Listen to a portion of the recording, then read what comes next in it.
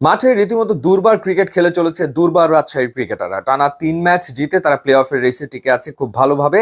আর মাঠের বাইরেও দুর্বার গতিতেই একের পর এক ঘটনার জন্ম দিয়ে চলেছে এই ফ্র্যাঞ্চাইজিটি, এবং সেটা বিপিএল এর একেবারে শুরু থেকে।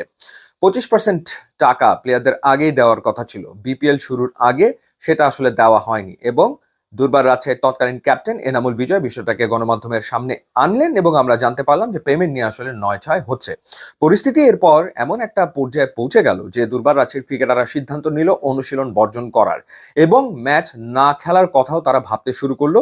সেই সময় বিসিবির হস্তক্ষেপ আমরা দেখলাম। ফারুক আহমেদ তিনি ছুটে গেলেন চট্টগ্রামে, এবং তিনি বিষয়টার সমাধান করার চেষ্টা করলেন, ক্রিকেটারদের আশ্বস্ত করলেন। পরবর্তীতে ক্রিকেটাররা আসলে মাঠে নামলো।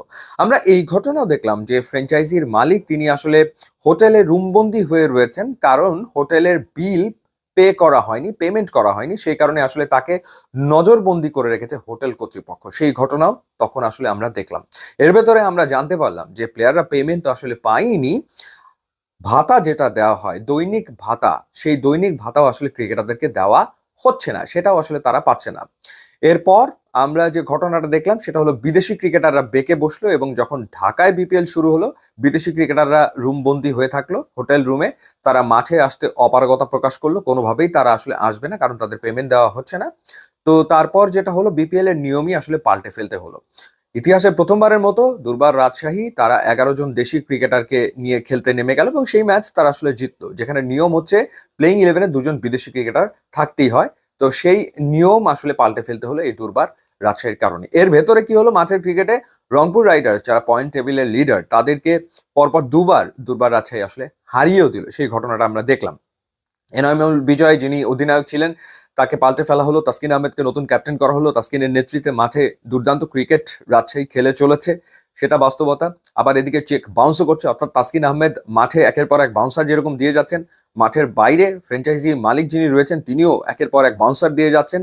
সেই বাউন্সারগুলো ক্রিকেটারদেরকে আসলে সামলাতে হচ্ছে।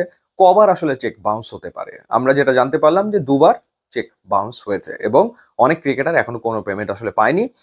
এর ভেতরে আবার এটাও আমরা শুনতে পেলাম, ফ্র্যাঞ্চাইজি মালিক যিনি রয়েছেন তিনি নাকি ক্রিকেটারদেরকে বোনাসও দিচ্ছেন। সেই ঘটনা আমরা শুনতে পেলাম, অর্থাৎ দৈনিক ভাতা পরিশোধ করা হচ্ছে না, আবার ম্যাচ জিতলে ক্রিকেটাররা বোনাস পাচ্ছে। সেই ঘটনা আমরা দেখলাম। কি অদ্ভুত!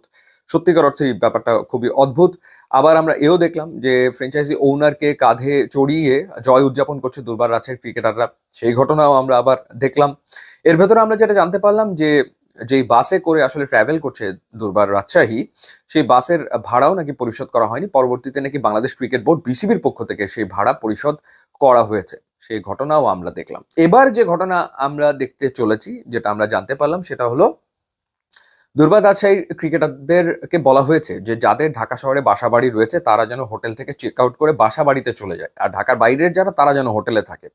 এই ঘটনাও এর আগে বিপিএল আসলে আমরা দেখিনি, যে টুর্নামেন্ট চলাকালীন সময়ে যেখানে একটা দলের প্লে অফে খেলার উজ্জ্বল সম্ভাবনা, সেই দলের ক্রিকেটারদেরকে বলা হচ্ছে যে হোটেল থেকে চেক আউট করে বাসা বাড়িতে চলে যেতে। ঢাকায় এসে আরো একটা ঘটনা ঘটিয়েছিল দুর্বার রাজশাহী, সেটা তারা যে হোটেলে ছিল সেই হোটেল থেকে তাদেরকে আর এক হোটেলে স্থানান্তর করা হয়েছিল পেমেন্ট জটিলতার কারণেই, এবং সেটা ম্যাচের দিন। এটাও বিপিএল এর আগে কোনোদিন আমরা আসলে দেখিনি। তো একের পর এক নতুন ঘটনা আমরা দেখছি। তো এবার আসলে প্লেয়ারদেরকে বলা হয়েছে বাসা বাড়িতে চলে যেতে হোটেল ছেড়ে দিয়ে। কেন যেন মনে হচ্ছে যে ফ্র্যাঞ্চাইজি মালিক তিনি আসলে পৃথিবীর ইতিহাসে, পুরো পৃথিবীর ফ্র্যাঞ্চাইজি ক্রিকেটের ইতিহাসে একমাত্র মালিক যিনি আসলে চাইছেন না প্লে অফে আসলে রাজশাহী খেলুক, কারণ আসলে তার খরচ বাড়বে। এই খরচের ভার তিনি আর বহন করতে পারছেন বলে আমার কাছে অন্তত মনে হচ্ছে না, এবং আমার মনে হয় যে তিনি আসলে চাইছেন না যে প্লে অফে রাজশাহী খেলুক। অবস্থা দেখে তো তাই আসলে মনে হচ্ছে। তো যাই হোক, দেখা যাক নতুন আসলে আর কি ঘটনার জন্ম দেয় এই ফ্র্যাঞ্চাইজিটি। ইতিহাস রচনা করে ফেলেছে, কোনো সন্দেহ এ ব্যাপারে নাই। নতুন আর কি ইতিহাস রচনা করে সেটা দেখার ব্যাপার।